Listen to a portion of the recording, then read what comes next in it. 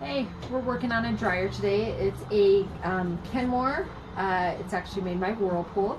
And the problem with this dryer is that it is making a loud knocking noise. So we're going to dive in and see what's causing the problem and get it all fixed. Okay, so we just removed the lint filter. And we got to remove these two screws.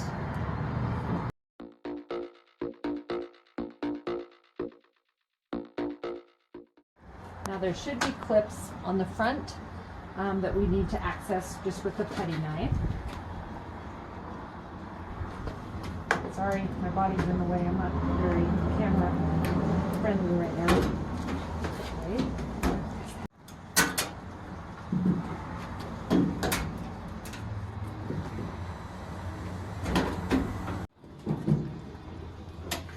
Okay, and then this just hinges back, and there's usually these little hinges here that will support it. I'm actually going to rotate it.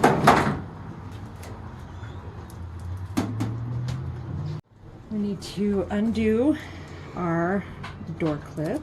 Okay, we're going to use our 5/16 nut driver to just take out these two screws. If you don't have a nut driver, just an open-ended adjustable wrench or a pliers, something to grab it.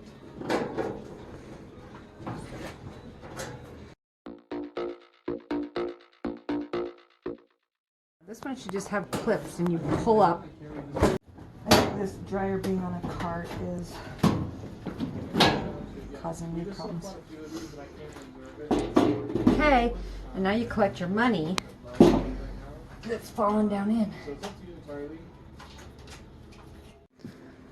Okay, so now you want to reach under here and you have your idler pulley that's putting tension on the belt, and you want to pull it up and release the belt off of the motor and then let it go, and that releases your belt. So now you can take the drum out. Okay, so now you just use the belt, and there's usually cutouts on either side of the dryer to help get the drum out of the dryer. So now that everything's out, we can start inspecting. Make sure that your motor spins and that the blower wheel on the back side isn't clunking, and these rollers should spin freely. And that one right there does not, and that's going to be one of the reasons or causes for that clunking noise. Alright, while you're in here and you've torn apart your dryer, I always just like to take the time to vacuum out all that lint. That lint could be a fire hazard if you're not changing your lint screen regularly. So on this dryer you can always just replace just the rollers, but while we're in here and we've cleaned it all out, all of these parts that I've showed you are movable parts and wearable parts. So on this particular dryer, we're going to go ahead and install two new rollers, a new belt tensioner, this piece right here, and a new belt, because we've already taken the time to tear into it. We might as well replace all these wearable parts at the same time. So on here there's a little one-way push ring on the outside of this lower roller. You just want to get your screwdriver between it, that and the bracket, and just pry it off. A new snap ring comes in your kit.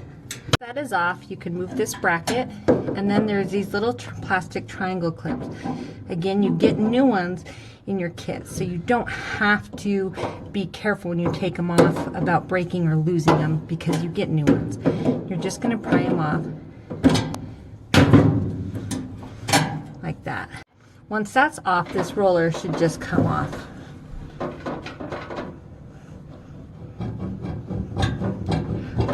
So you can see this roller is covered in sticky grease, and there's a lot of hair right here. So we need to get this all cleaned off before we put the new roller on. Alright, so we got this shaft all cleaned off, and you want to make sure that you wipe it down with a paper towel or something and make sure that it's clean and smooth and it doesn't have any digs or anything in it. Usually this inside here, this is an oil impregnated bushing, and it will wear out faster than this shaft. So usually just cleaning off the shaft, you don't need to replace it, you can just do the wheels, but make sure it is all cleaned off and smooth. Now we'll go to the second one. So we're just going to remove this triangle clip on this side, and this one does not have that little snap ring. Okay, because these come with new triangle clips, I'm not going to take the time to pry it off. I'm actually just going to take some snips and snip it and take it off. You're welcome to pry it off if you'd like and reuse the clip. I just don't think it's necessary.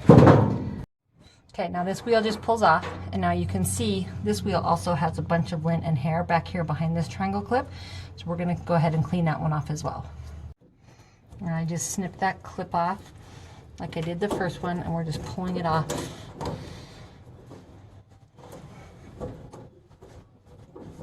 You can see all that hair that we got to get cleaned off so it doesn't burn out our new rollers. So we got all that hair off, and now I'm just using a rag. You can use a rag, a paper towel, just polishing up this shaft and making sure again that this shaft isn't worn. There's no rough spots so it doesn't ruin our new roller. So you can see the difference in wheels. Whirlpool has upgraded to this better wheel in all of their kits. So that's great for this dryer. It gets an upgraded wheel. So we're just going to slide those new wheels onto the shaft. See how much better that one spins than the old one. Do the same thing here.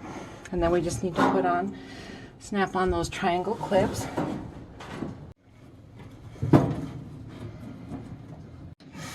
Put this bracket back on and push on that one-way push clip.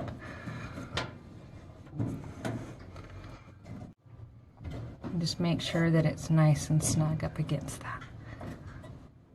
This wheel doesn't really have much movement on this shaft, but this wheel moves back and forth. That has a lot more room, and that is by design. So don't worry if this one moves and this one doesn't. So we're going to install our new idler wheel. There's 2 slots here. You're going to go in, and then that just snaps down in. And then when we put the belt on, this will lift up and put tension on the belt. So I already put the new belt on the drum, and I'm just going to tuck the drum back up inside. Just want to make sure it rests on those new rollers we installed. And you tuck that felt up in there nice and snug. Line up your belt. Now we're going to put the belt on the idler pulley. Here's the belt, and you're going to pull it underneath. Can you see that underneath this idler wheel? You got to push that idler wheel up all the way and go around that drum pulley. And then the idler wheel will keep tension on that drum, and your belt's installed. Make sure that it is on the drum, rib side down. That way the ribs are on the rib belt pulley.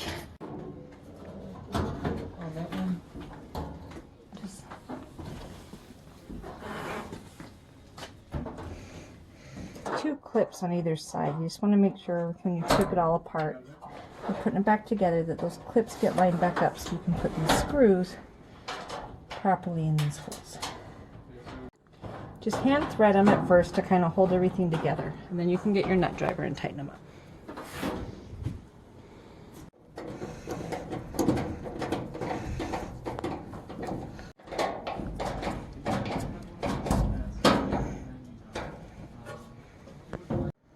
And just clip that dryer switch back together. Don't forget that, or you'll wonder why your dryer's not working. Okay, after you plug in your switch, you can just put this back down, snap those clips back in place, and now we just need to put our 2 screws back in where the lint filter goes.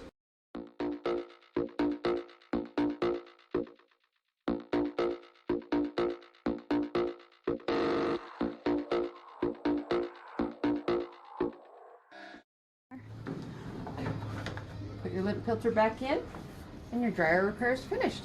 Good luck.